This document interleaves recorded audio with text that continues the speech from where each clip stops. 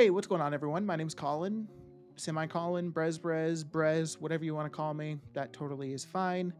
Today, we are going to go over how I use CraftSim, and I want to highlight that I'm saying how I use CraftSim because I recognize that I don't use the whole add-on. There are certainly aspects that I don't touch, and so there might be some parts that I don't cover in this tutorial, but again, it's how I use it. I make a lot of gold, so you certainly can too. All right, first things first, we're going to dive into what CraftSim is and how it works. So CraftSim is a crafting add-on that calculates percentage of profit, accounting for resourcefulness and multi-craft. So if you don't have CraftSim and you look at any sort of crafting material or something that you want to craft for profit, and it's a Dragonflight item, you'll probably find that it costs more to craft than what it actually sells for. And so in a lot of cases, that might deter you thinking, oh, well, this particular item is not profitable to craft. But you have to remember that unless you're using CraftSim, then whatever price sources you're looking at is likely not accounting for multi-craft and resourcefulness, and those are extremely important and kind of completely change whether something is profitable or not. So that's kind of what CraftSim is. Again, it just helps highlight where profits are within crafting. And so to have CraftSim kind of work the best for you, number one, obviously you need to install CraftSim. But number two, you are going to need to install a second add-on that is going to be a price source. So right here is all the price source add-ons available for CraftSim. Trade Skill Master, Auctionator, Recrystallize, and Oribos Exchange. I personally have Trade Skill Master and Auctionator installed, and I think that those are just fine. I don't use these two bottom add-ons. Now, I specifically use Auctionator for my price source, so you would need to go into your CraftSim options menu and select a price source. You can select whichever one you would prefer. Again, I use Auctionator. Right beneath that, there's an option for show profit percentage, and I would highly recommend selecting this option. This is just essentially going to tell you what percent of the sell price of the item you're crafting is profit versus not. And then lastly, I have remember last recipe checked off. This is just a great thing if you're going in between different crafting menus. If you close jewel crafting and you were on one particular recipe, when you reopen that jewel crafting menu, it'll just immediately go back to that same recipe. So it's actually a really nice quality of life thing to have. Some of these other tabs within the CraftSim menu are something that I've actually never adjusted. If you are going to use TSM for any sort of price sources, you might want to look at updating these strings, but otherwise you should be pretty safe with just using the default settings that CraftSim has built in. Okay, now that we've discussed how to get CraftSim installed and kind of set up on your game, let's kind of take a look at what we can use CraftSim for. So I have my crafting menu open here, and you can see all these black boxes surrounding my jewel crafting menu, and that is all CraftSim. And the first tab we're going to take a look at is material optimization. But before we dive into specifically material optimization, I just want to cover one, kind of general thing, which is this button here that says simulation mode.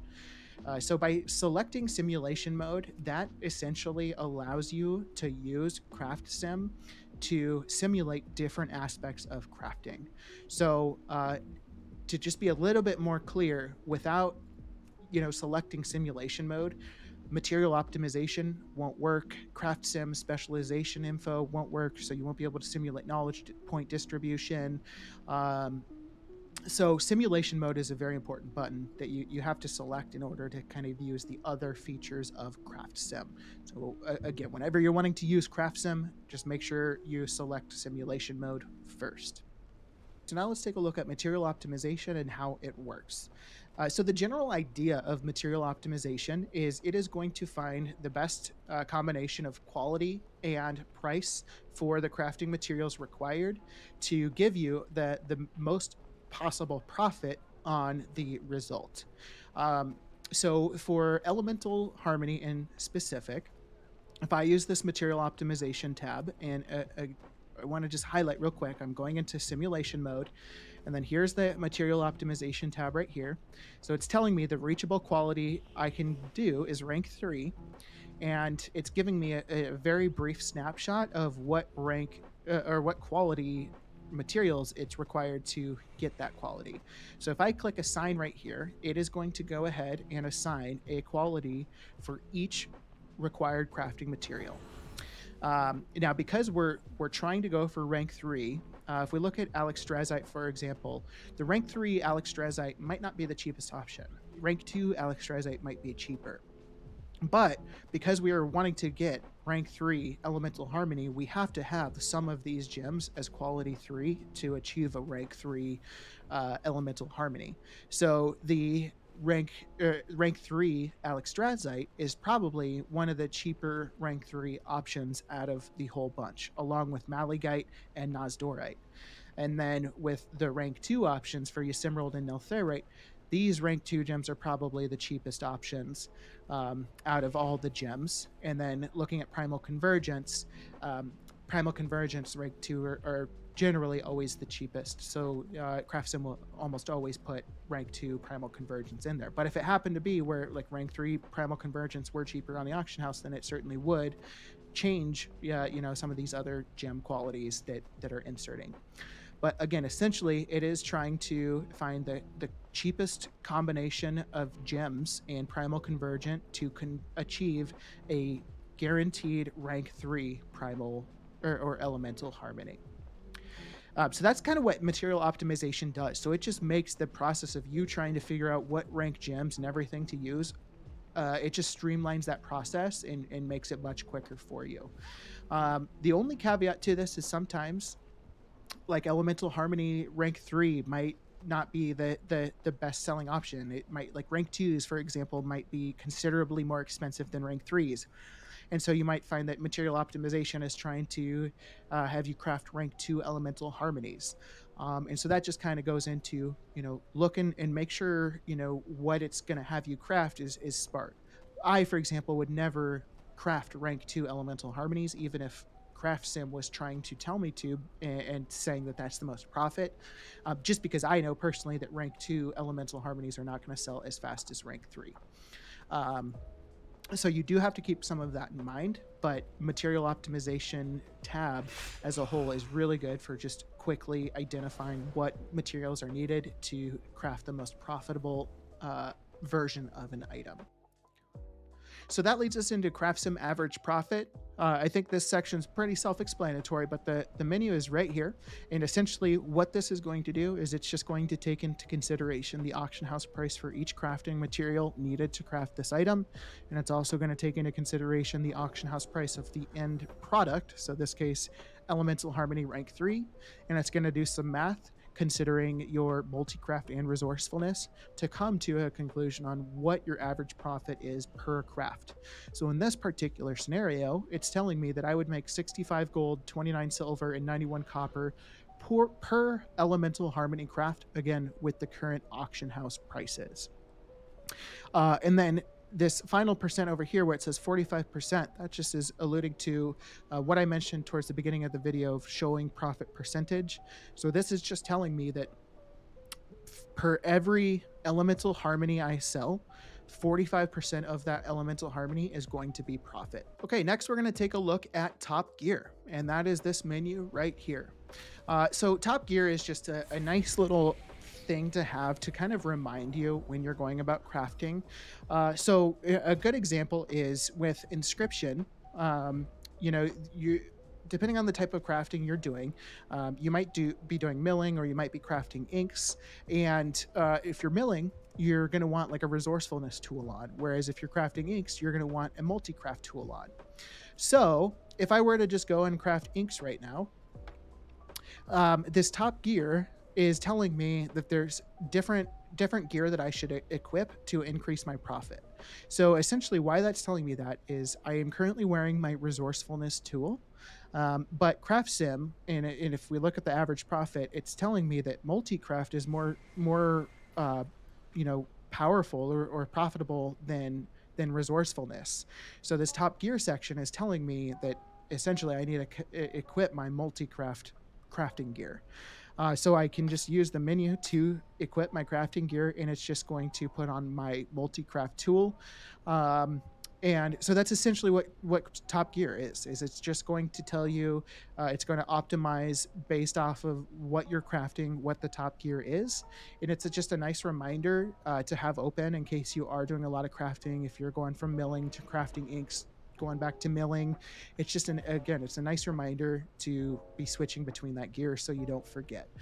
Because if you forgot and you started doing a bunch of milling but had your multi-craft tool on, that multi-craft is doing literally nothing for you in terms of milling. And so it's going to make the milling process not profitable, possibly, or just far less profitable. So the Top Gear box is a great menu to have open, just to always have at reference. And then we'll move on to the CraftSim simulation info.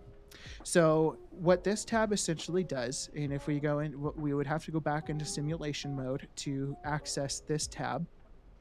But if we go into simulation mode and then we click simulate knowledge distribution, this allows you to essentially simulate putting knowledge points into different trees so you can see how it impacts your crafting.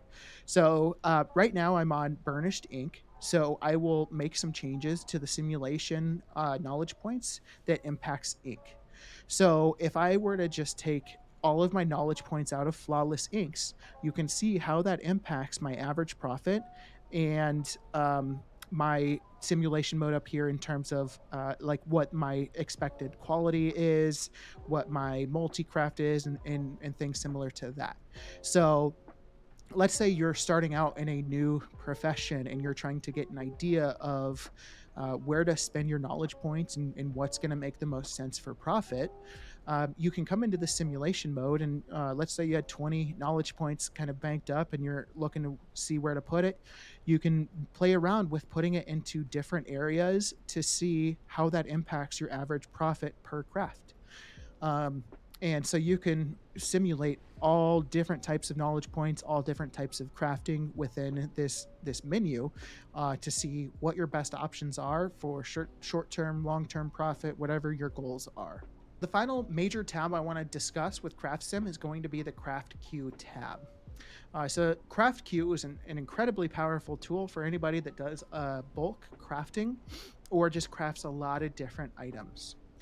So essentially, with the CraftQ box, if you click Add Open Recipe, it is going to take a snapshot of all the materials you have selected in your crafting menu, the gear that you have equipped, and it's going to add that all into the CraftSim CraftQ.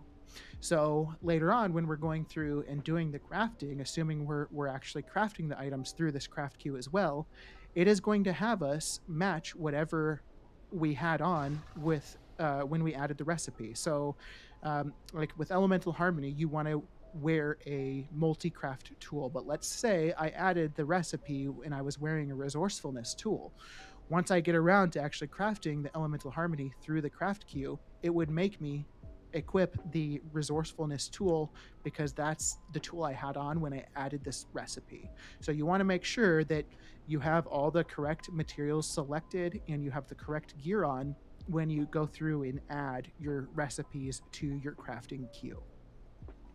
But once you have added those different items to your crafting queue, you can click this little pencil here if you want to make any sort of adjustments to what you're doing. So if you wanted to change one of the material ranks, or if you wanted to change the gear, you could optimize profit, or you could even select different finishing reagents. So that just allows you to make any final adjustments to this actual queued craft if you needed to. But let's just say I wanted to craft 100 elemental harmonies for the time being. So I would put in 100 into the total number that I want to craft. And this next part is really where the powerfulness of this tool really comes into play. So if you have Auctionator, you can just click Create Auctionator Shopping List. And as you see here, it just automatically does a shopping scan, and it's a shopping scan for every single material I need to complete the crafts in this menu. So let's say I had a whole bunch of different gems in this crafting menu. It would have me get the crafting materials necessary for every single gem craft. Now, as you can see on the actual auction house side of the menu over here, it's saying malachite, we need 100, Ephemeral, well, we need 100 of every single crafting material. And then because it's got the amount needed, the quantity on this side, when I click malachite, it's just automatically going to autofill the quantity needed. So if I did go through and I selected a whole bunch of different items for crafting, and then I come in and I do a shopping scan, I can just quickly go down the list of every single item one by one, buy out, go to the next, buy out, go to the next, buy out, and I don't have to do the mental math of how many of a particular material I need. I don't have to try to figure out what rank materials to buy, again, because CraftSim has taken care of all of that for me. So this craft queue just really speeds the process of crafting up tremendously, and it's an incredibly powerful tool. So the craft queue is certainly one that I would recommend using pretty much every single chance you get. To finish this off, I'm just going to do a high-level overview of a couple other sections within CraftSim that I use on a somewhat basis, but not super often. And the first one is going to be price overrides. So I previously had a price override in for primal convergence. So you might notice now that my profit per craft is lower than previous clips in this video. That's because I removed my previous price override. So when we look at elemental harmonies in particular, primal convergent is the most expensive crafting material for elemental harmonies. So what I will do a lot of times is I will actually craft the primal convergence, because a lot of times it's actually profitable to craft these just themselves.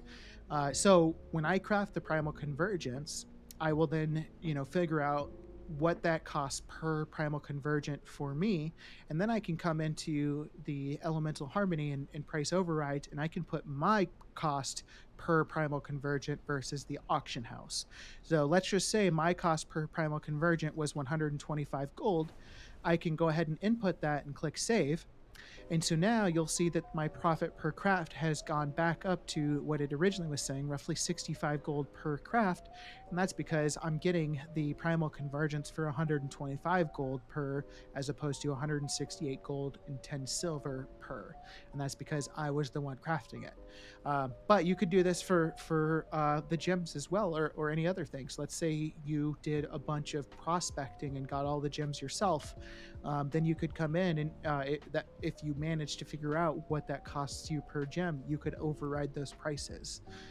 So that would be what price override is used for. But like I was saying, I don't use it super often, just because, I kind of know, like if I'm crafting primal convergence at profit and I know that elemental harmonies are also profitable, I don't really care too much to see what that average profit is per craft, because I just know that I'm making money per craft. So like what the actual specific dollar amount is per craft is not something that I'm as worried about. So I don't mess with price overrides nearly as much as some of these other CraftSim menus. And then the final menu that I really think is relevant here is going to be recipe scan. So if you have crafting or professions that you've had for multiple expansions and you've kind of built up a backlog of different recipes, or even if you just have current expansion recipes, you could do this recipe scan, and this will scan every single recipe you've currently got, and it will tell you if they're profitable. So I did a recipe scan for Inscription, and it's telling me that a bundle of cards, is average profit is 138 gold. Ruined Writhe Bark is 27 gold. So this is a good way to get an idea, especially if you're starting out in your professions. It's a very good way to get an idea of what things you can craft to make profit on. And you can do this for all of your professions. And it's even got other characters that you can do scans for, so you can kind of just get an idea for all of your characters just in one go. So if you're wanting to get an idea again of what options you have for profit with your current professions, you can use this recipe scan option or section for that.